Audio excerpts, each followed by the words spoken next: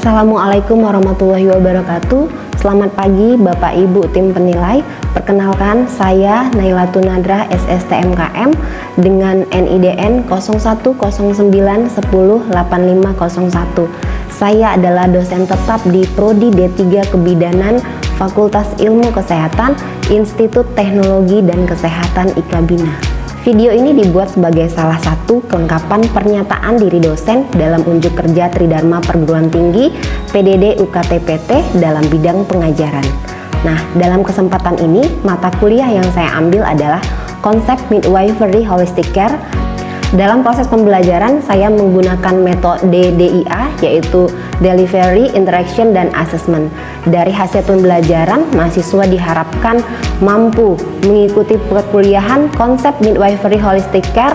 Dia bisa menjelaskan asuhan kebidanan yang komprehensif, yang berkesinambungan dengan pendekatan holistik pada masa prakonsepsi, kehamilan, persalinan, bayi baru lahir, nifas, dan keluarga berencana.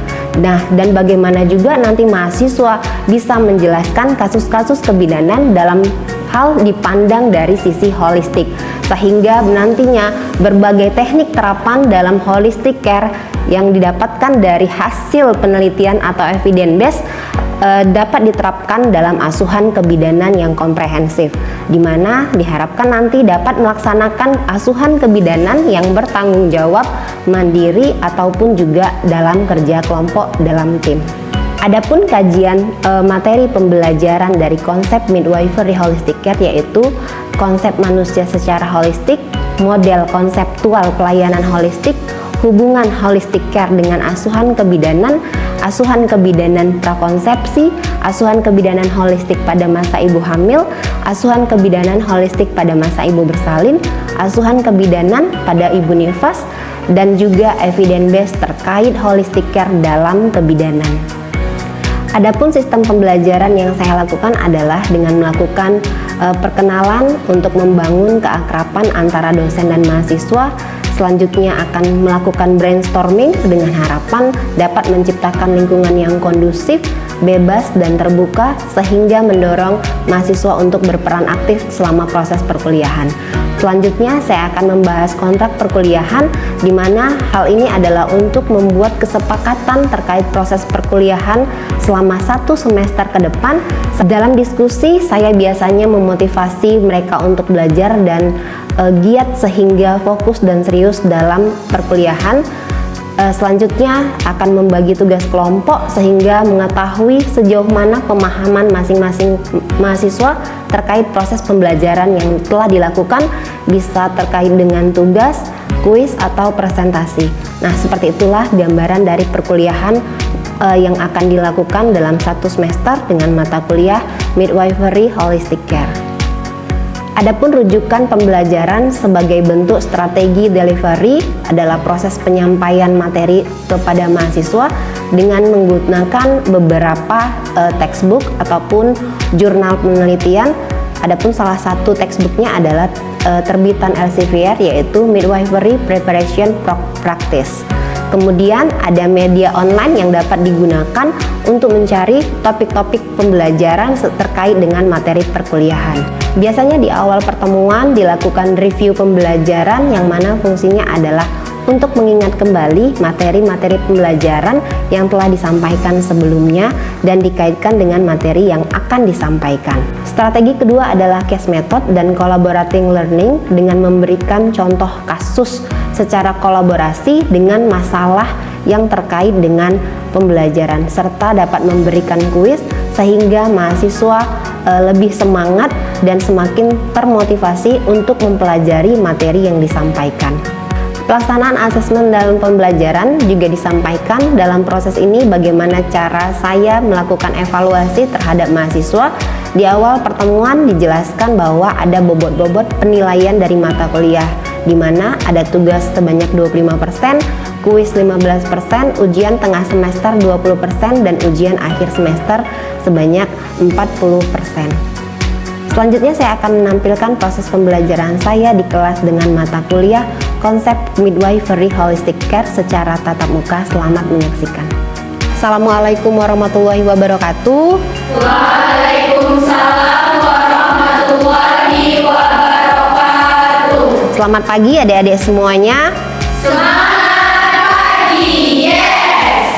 Kali ini kita masuk mata kuliah konsep dasar midwifery holistic care dengan pertemuan kita judulnya adalah asuhan kebidanan holistik pada ibu hamil. Oke, sebelumnya saya absensi dulu ya. Ade Sepiani Putri, Adinda, Alia. Pertemuan ini kita membahas tentang asuhan kebidanan holistik pada ibu hamil. Nah, di pertemuan sebelumnya kan kita sudah menceritakan ya, apa sih pengertian dari holistik. Jadi, ketika adik-adik terdengar kata holistik nih, apa yang terbayang ketika dikatakan holistik? Ada yang bisa jawab? Saya, Bu. Silakan. Holistik itu adalah pengobatan dengan konsep yang menyeluruh, meliputi sosial, spiritual, psikologis, dan juga fisik. Oke, bagus. Nah, kalau kita masuk kepada ibu hamil, kira-kira apakah hanya pemeriksaan denyut jantung janin atau pemeriksaan ibu hamilnya menurut adik-adik cukup dikatakan dengan holistik? Ya, silakan.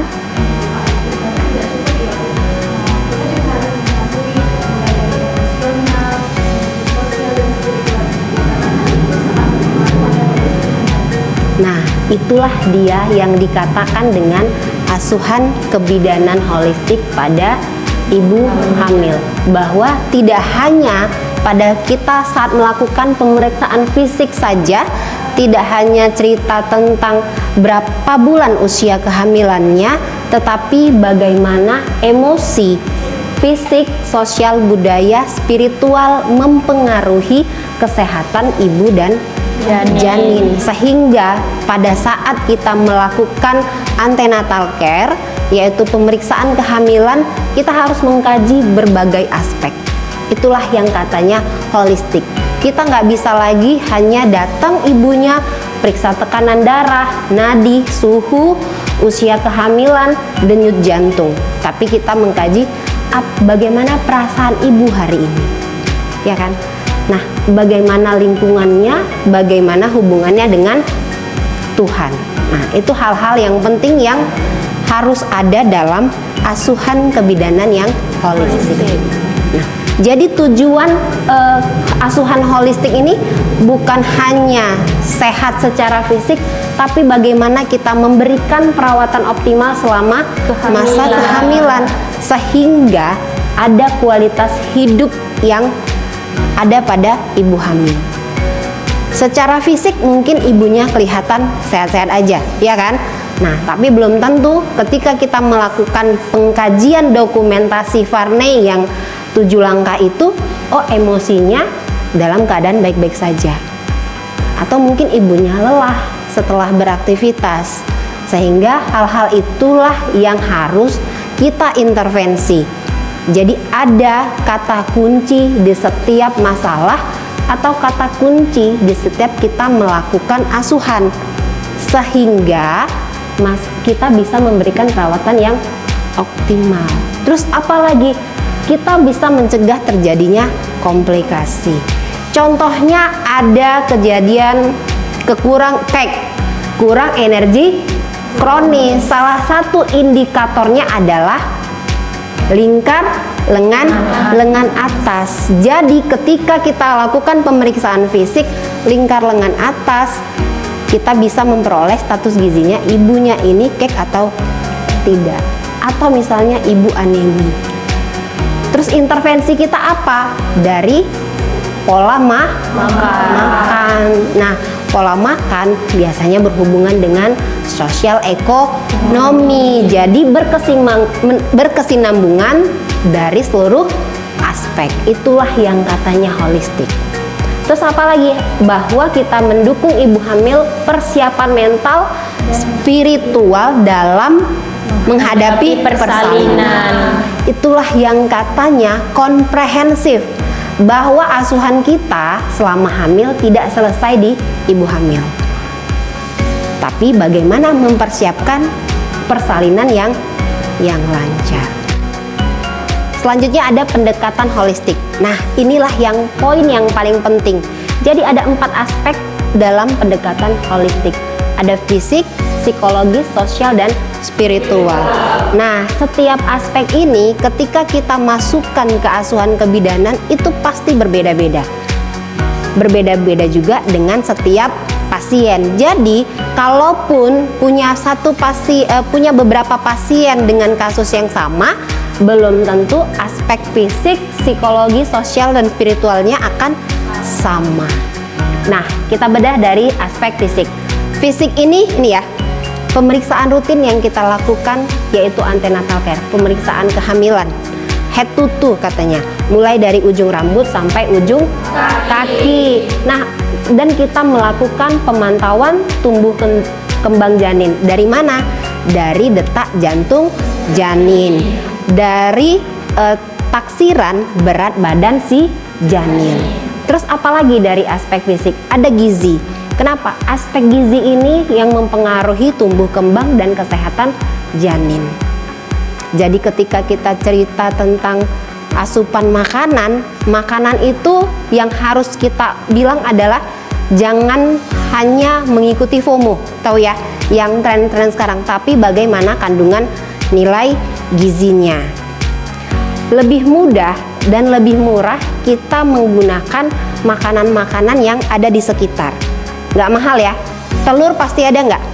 Ada, punya kandungan protein, bener nggak? Murah, lebih relatif murah daripada kalau kamu beli makan makanan di luar yang spaghetti atau macam-macam lah bentuknya. Jadi makanan lokal itu lebih baik daripada makanan yang ekspor. Kenapa? Pasti dari sisi ekonomi lebih mahal. Makanan lokal lebih mudah terjangkau, benar nggak?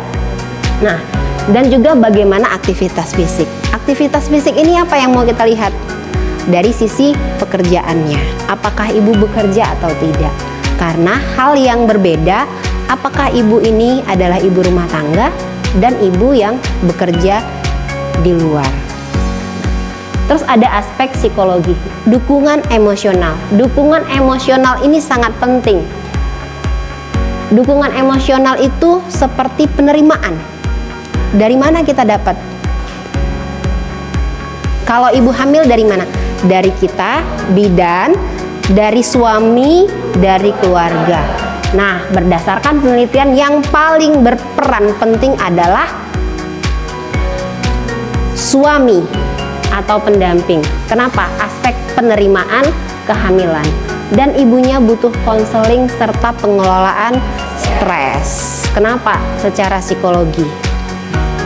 Ada aspek sosial, dukungan dari keluarga dan lingkungan sekitar. Ada juga aspek spiritual, yaitu bagaimana memberikan ruang untuk berdoa, meditasi, dan praktek keagamaan sesuai dengan keyakinan.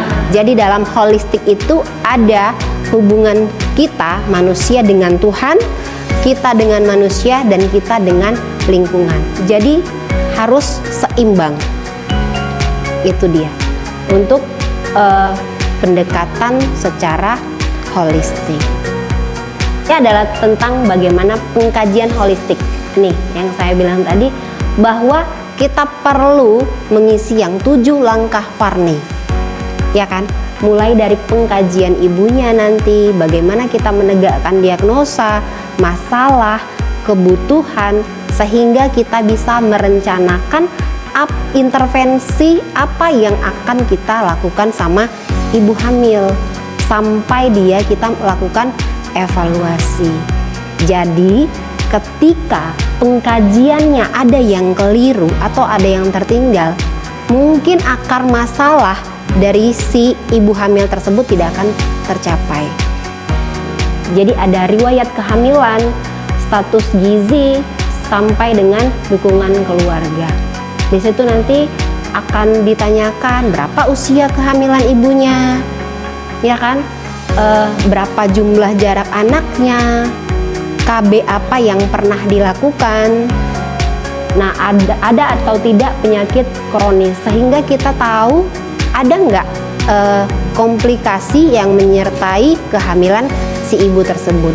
Untuk apa? Kita melakukan deteksi dini terhadap komplikasi penyakit. Jadi ketika kita sudah cek lab, oh ibunya ini anemi, berarti yang harus kita intervensi adalah masalah gizi. Sehingga ketika dia kunjungan selanjutnya dan kita melakukan pemantauan terhadap HB, itu bisa meningkat. Nah, gizi seperti apa yang diberikan pada ibu yang anemi? Tinggi ya? Iya, tinggi protein. Yang saya bilang tadi bahwa makan makanan lokal bagus untuk dikonsumsi. Kan nggak harus wagyu ya dagingnya kan. Daging sapi dipajak juga boleh kan? Boleh. Jadi gunakanlah, intervensilah ibu-ibunya dengan makanan-makanan yang memang tersedia di desa itu. Protein kan nggak hanya harus dari telur, bisa dengan ikan, ya kan? Yang selanjutnya itu status gizi, yaitu tadi dari tinggi badan, lingkar lengan atas, dan ada kajian nih kebiasaan olahraga ringan seperti senam hamil. Kenapa?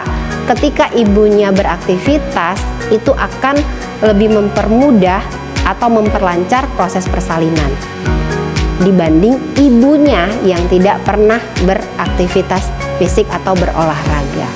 Ujung-ujungnya kehamilan ini adalah mempersiapkan persalinan yang lancar, bayi yang sehat. Nah, ada juga faktor psikologi dan dukungan keluarga. Kalau faktor psikologi dan dukungan keluarga ini dari awal masa kehamilan bermasalah, nanti akan berimbas pada stres masa nifas. Itulah yang namanya baby blues. Nah, situ tadi kan saya menjelaskan bahwa butuh dukungan, butuh konseling. Jadi pada saat adik-adik ketemu dengan ibu hamil, saat dia ingin didengarkan, dengarkan. Jadi ketika mendengarkan seseorang, kamu harus utuh di dalamnya. Maksud dari utuh itu apa? Bahwa kamu, pikiran, badanmu ada di sana. Jangan kamu, ketika berinteraksi, kamu malah asik main handphone. Oh iya bu, iya. Kamu nyaman nggak untuk konseling atau curhat sama temen yang ketika kamu bicara dia main handphone? Tidak, sama. Ibu hamil juga gitu. Jadi mulai dari sekarang latihlah dirimu untuk peduli kepada orang lain, lingkungan.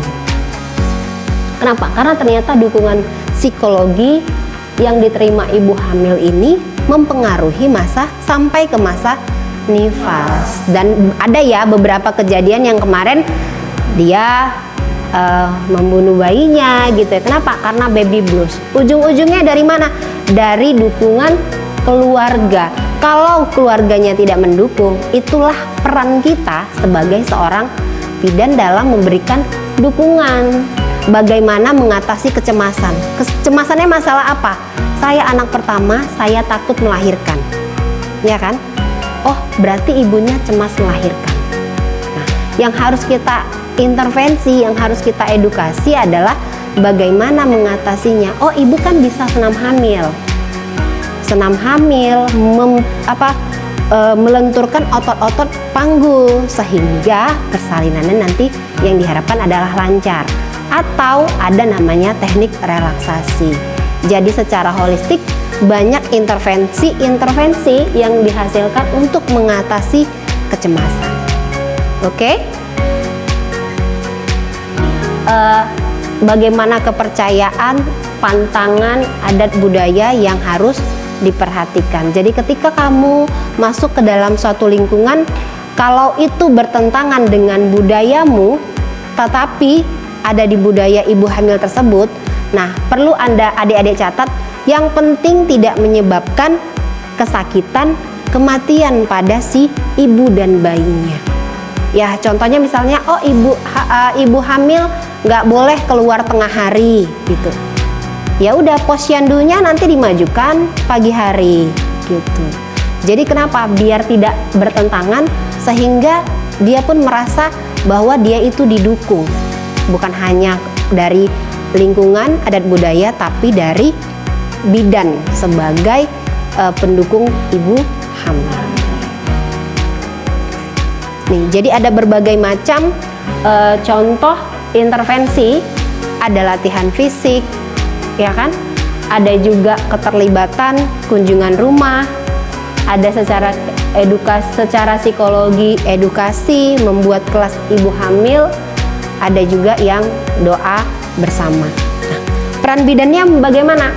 Bahwa nih kita harus menjadi pendengar yang empatik. Ya saya bilang tadi, katanya utuh gitu ya. Utuh bukan cuma fisik kita yang ada di situ, tapi telinga, hati, dan pikiran. Jadi pemberi edukasi, jangan sebagai penjudge atau menyalahkan hal-hal yang telah dilakukan oleh ibu hamil, tapi bagaimana mencari solusi. Sebagai penghubung ibu dan layanan kesehatan dan pendamping selama proses kehamilan sampai dengan persalinan. Oke? Kita akan membuat kelompok, ada 4 kelompok, ada nanti sisi fisik, psikologi, sosial, dan spiritual. Jadi kasusnya adalah Ibu H usia kehamilan 28 minggu, tinggal jauh dari keluarganya, terlihat murung, nafsu makan menurun, sering sakit kepala. Suaminya sering kerja malam. Kira-kira kalau dijelaskan dari sisi fisik, psikologi, sosial, spiritual, adik-adik bisa menangkap kasus ini seperti apa sampai dia menjadi sebuah intervensi. Oke? Kita ada waktu 5 menit. Silakan bentuk kelompoknya masing-masing. Udah bentuk 4 kelompok. Jadi biar terarah dan terfokus, masing-masing kelompok dengan aspek yang berbeda, biar lebih mendetail dan mendalam. Oke? Kelompok 1 itu pada fisik, kelompok 2 psikologis, kelompok 3 sosial, kelompok 4 spiritual. Oke, waktunya 5 menit, bisa? Silakan dikerjakan. Oke, waktunya sudah habis. Kita mintakan dari kelompok 1 sampaikan tentang bagaimana dari sisi fisik. Silakan. Assalamualaikum warahmatullahi wabarakatuh. Waalaikumsalam warahmatullahi wabarakatuh. Sebelumnya perkenalkan, nama saya Rizka Aulia, kami dari kelompok 1. Di sini saya akan menjelaskan dari sisi fisik. Nah, dari sisi fisik, kemungkinan masalah yang akan dialami oleh ibu adalah sakit kepala dan nafsu makan yang menurun. Kemudian analisis yang kami simpulkan, kemungkinan ibu akan kelelahan dan stres yang akan mengakibatkan perubahan pada fisik ibu. Kemudian intervensi yang akan dilakukan sebagai seorang bidan yaitu yang pertama, menganjurkan ibu meminum air dan istirahat yang cukup, dan kemudian mengedukasi ibu tentang pola makan yang seimbang, dan juga melakukan pemeriksaan tekanan darah dan hemoglobin untuk menyingkirkan preeklamsi ringan atau anemia yang bisa terjadi pada ibu. Terima kasih.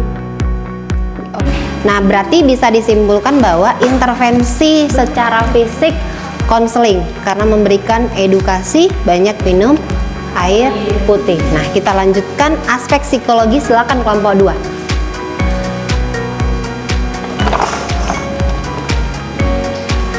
Assalamualaikum warahmatullahi wabarakatuh. Waalaikumsalam warahmatullahi wabarakatuh.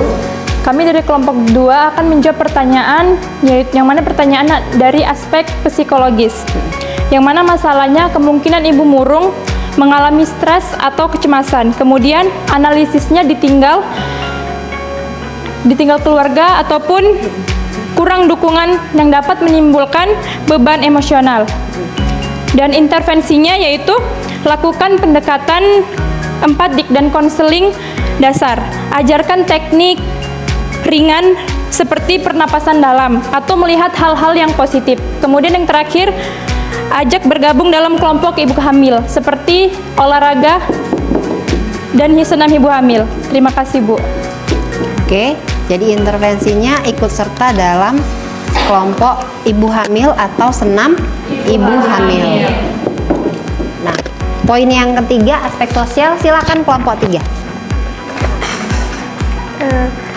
Assalamualaikum warahmatullahi wabarakatuh. Waalaikumsalam warahmatullahi wabarakatuh.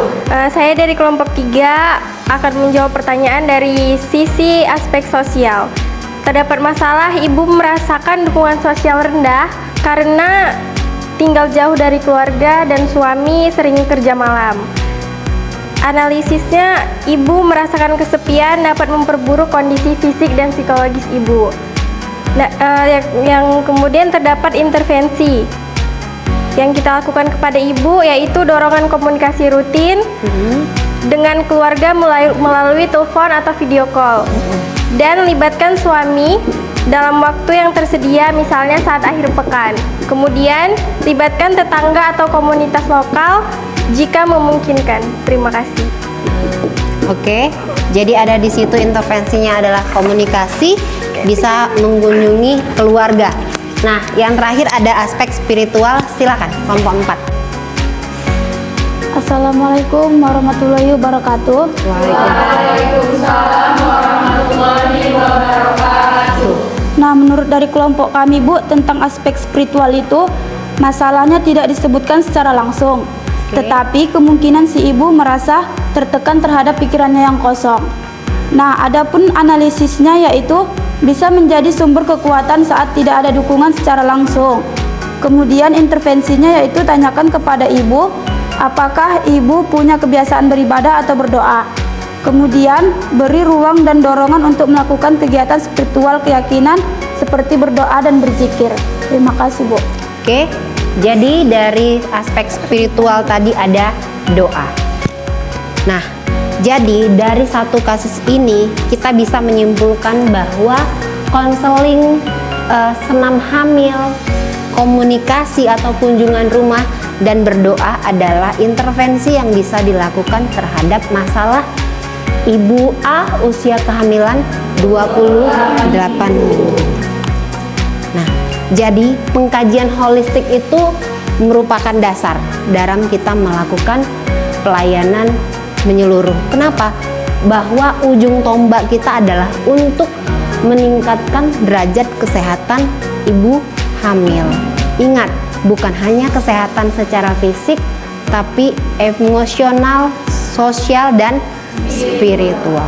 Oke, demikianlah pembelajaran kita hari ini tentang asuhan kebidanan holistik pada ibu hamil. Nah, di mana holistic care dimulai dari peduli, caring, kepedulian yang tulus dan pemahaman tanpa menghakimi. Mulailah kamu peduli terhadap temanmu, lingkunganmu, keluargamu, dan peduli akan hubunganmu kepada Tuhan. Sehingga pada saat kamu bekerja nanti, kamu bisa menerapkan holistic care sepenuhnya. Karena kalau tanpa kata peduli, kamu tidak akan bisa menerapkan holistic care. Oke, terima kasih atas perhatiannya. Mohon maaf atas segala kekurangannya. Wassalamualaikum warahmatullahi wabarakatuh. Waalaikumsalam warahmatullahi wabarakatuh. Selamat siang adik-adik semuanya. Selamat pagi. Yes. Terima kasih ya, Bu.